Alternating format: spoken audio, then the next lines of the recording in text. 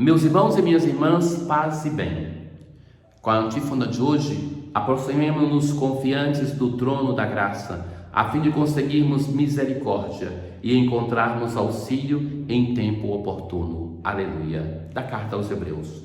O trono da graça. O trono da graça denota duas coisas: o poderio de alguém que está no trono, mas que também é alguém que olha com misericórdia para nós. Não é um trono de poder, mas é um trono da graça, de um Deus misericordioso, do Cristo que entra junto do Pai na ascensão, para reinar sobre nós com misericórdia. Continuando os Atos dos Apóstolos, nós nos encontramos hoje com Paulo, que é levado ao Sinédrio. Então, naquele tempo, o tribuno, aquele que era responsável do tribunal civil, ele soltou e mandou reunir os chefes dos sacerdotes e todos os conselhos dos anciãos, para colocar Paulo diante deles para esclarecer a situação. Naquele grupo, que são os chefes dos sacerdotes e o Sinédrio, nós temos saduceus, que não acreditam na ressurreição, e fariseus, como Paulo, que acreditam na ressurreição. Então, eles começam a acusar Paulo, e Paulo, sabiamente, vai dizer assim: estou sendo julgado por causa da nossa esperança da ressurreição dos mortos. Ora, essa é a esperança de quem? Dos fariseus, que acreditam na ressurreição, e dos saduceus não. Então o grupo se divide. Mas mais do que essa esperteza, nós temos Paulo que, com coragem, diante das autoridades religiosas de Israel, defende a sua convicção de que Jesus é o Messias, de que Jesus venceu a morte e ressuscitou. Então, nesse momento, os fariseus começam a defender Paulo. Não encontramos nenhum mal neste homem. Então, eles vão ver que ele está sendo condenado porque crê naquilo que eles mesmos creem. Então, o grupo se divide. E então, o tribuno vai dizer para eles, vai tirar Paulo do meio deles, para que eles não fizessem dano, e vai mandá-lo de volta para o quartel. E assim, na noite seguinte, o Senhor aproxima-se de Paulo e lhe disse: tem confiança, assim como tu deste testemunho de mim em Jerusalém, é preciso que sejas também minha testemunha em Roma, a capital do império. Para lá chegam os dois apóstolos colunas da igreja, Pedro e Paulo. Chegam à capital do império e é um passo decisivo. Sabe que eu olho sempre para esses dois e penso assim: que coragem!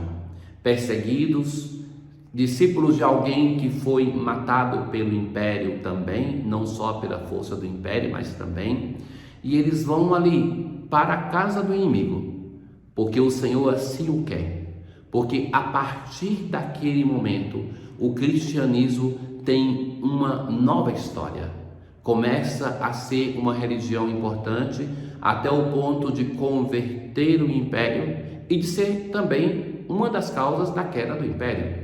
E a partir de Roma, então, o cristianismo vai ir pelo mundo. O Papa, ele é um dos títulos que tem, é Bispo de Roma. Então, e o é porque Pedro foi bispo de Roma, e sendo sucessor de Pedro, ali é a diocese do Papa. E o Papa, o bispo de Roma, preside a igreja na unidade. Nesses dias, o Papa, ele escolheu novos membros do colégio cardinalício, que vão ser criados como cardeais no consistório de 27 de agosto.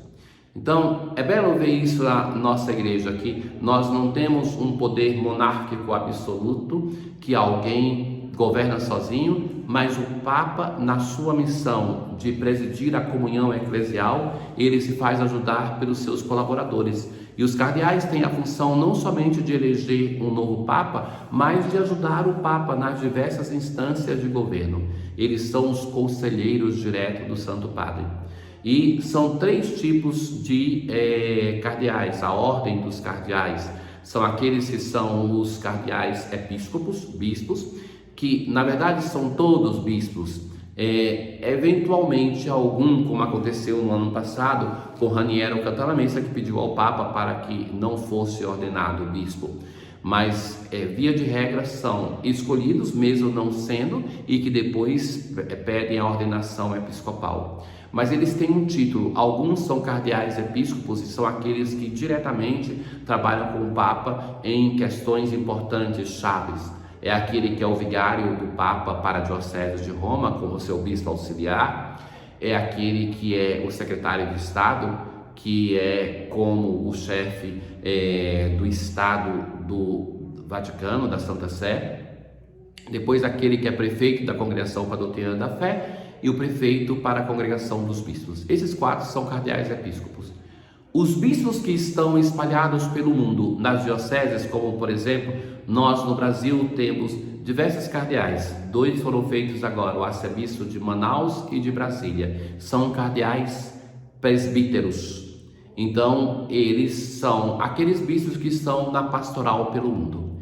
E aqueles bispos que colaboram, os cardeais que colaboram com o Papa, são cardeais diáconos. Então são as 3 ordens do cardinalato, todos eles com a mesma função de ajudar o Papa a presidir a comunhão eclesial. Isso mostra-se a vitalidade, a riqueza de tradições que são consolidadas em uma igreja de 2000 anos, que passou por tempestade, por crise. Quantas vezes disseram que era o fim da igreja e a igreja do Senhor sobrevive.